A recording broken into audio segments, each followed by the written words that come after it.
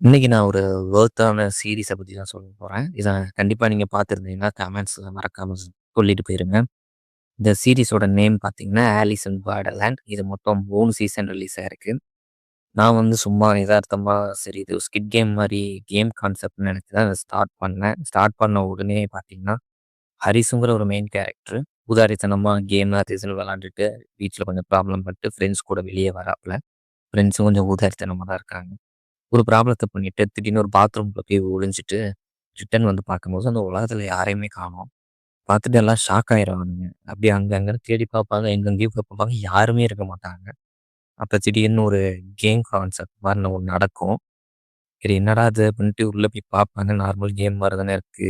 கனவான்னு கூட தெரியாம உள்ள போய் விளையாடும்போது, கூட இன்னும் நெறைய பேர் வந்துருவாங்க.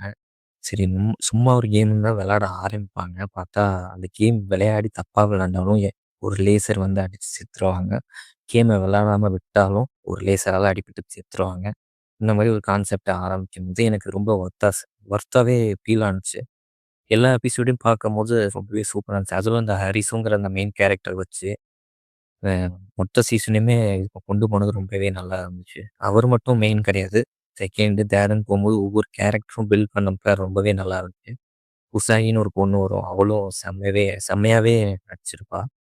2ண்ட் சீசன் ஸ்டார்ட் பண்ணும்போது அதுல இன்னும் நெறைய குழப்பங்கள். யார் யார் ஏமாத்துறாங்க? யார் யார் கூட இருக்காங்க? இந்த விளையாட்டுக்காண்டி ஒவ்வொருத்தரையும் எப்படி இறக்குறாங்க?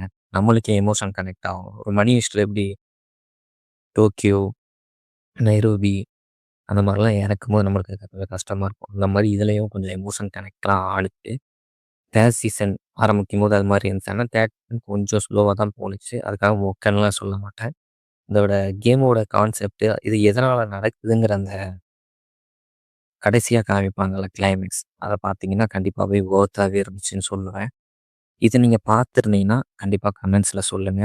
லைக் பண்ணுங்க, ஷேர் பண்ணுங்க. This is movie masters. மறக்காம சப்ஸ்கிரைப் பண்ணிருங்க. பாய்.